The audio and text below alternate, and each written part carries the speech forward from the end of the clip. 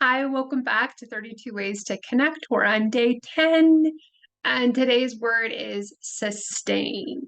Very serious word, sustain. And very necessary. Very serious and very necessary. So, what does sustain mean? To sustain or to have sustainability, it means we can go for the long game.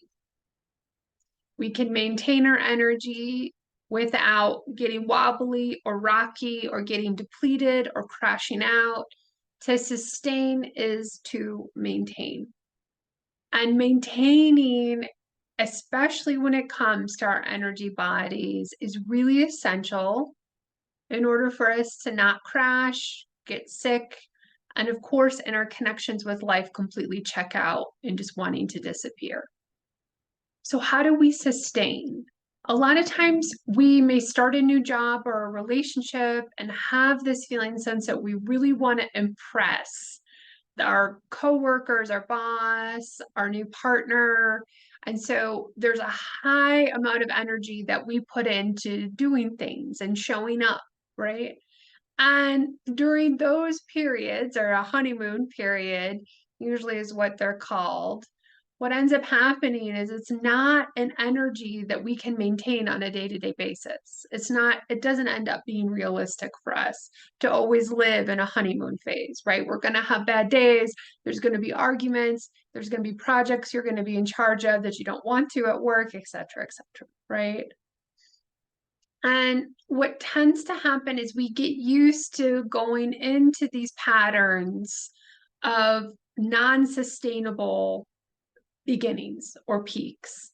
And with each thing we're doing, we're keeping it at that same level. Why do we do this?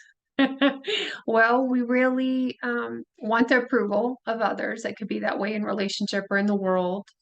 A lot of our world compliments or applause working yourself to the bone and working hard. And while that's beautiful, and a lot of us enjoy that, it tends to go to an extreme.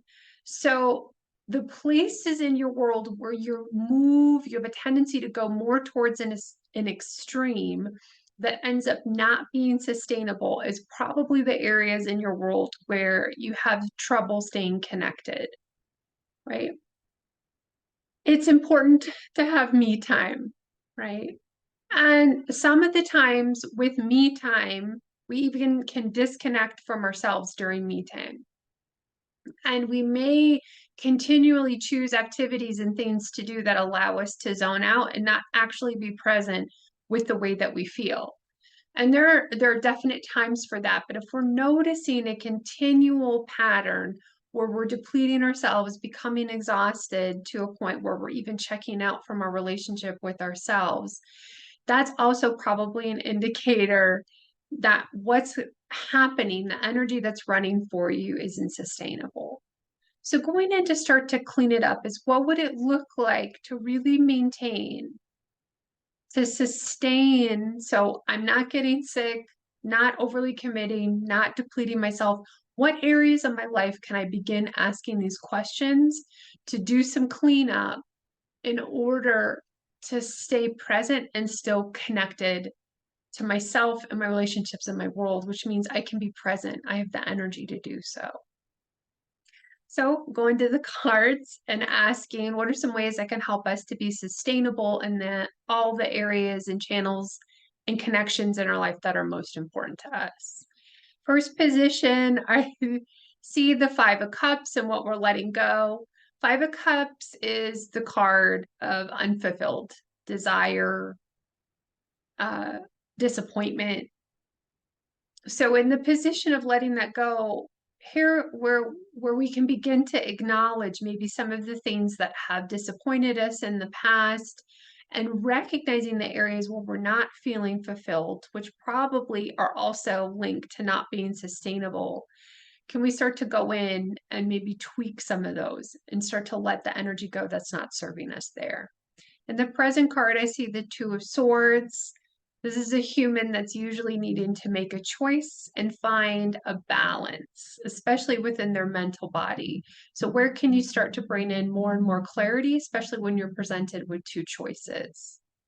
How can you ally with your sense of alignment, a greater sense of alignment and logic in order to do that?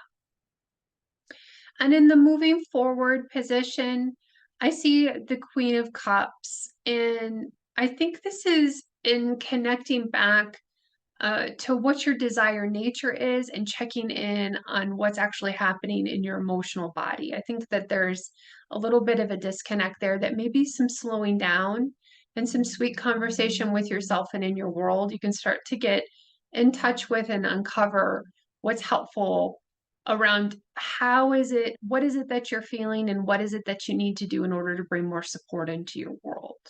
So take what's useful, dismiss what's not. I leave you with that. May you continue to connect in big, beautiful ways in your world, and may it be sustainable for you. All my love. I'll see you soon. Bye bye.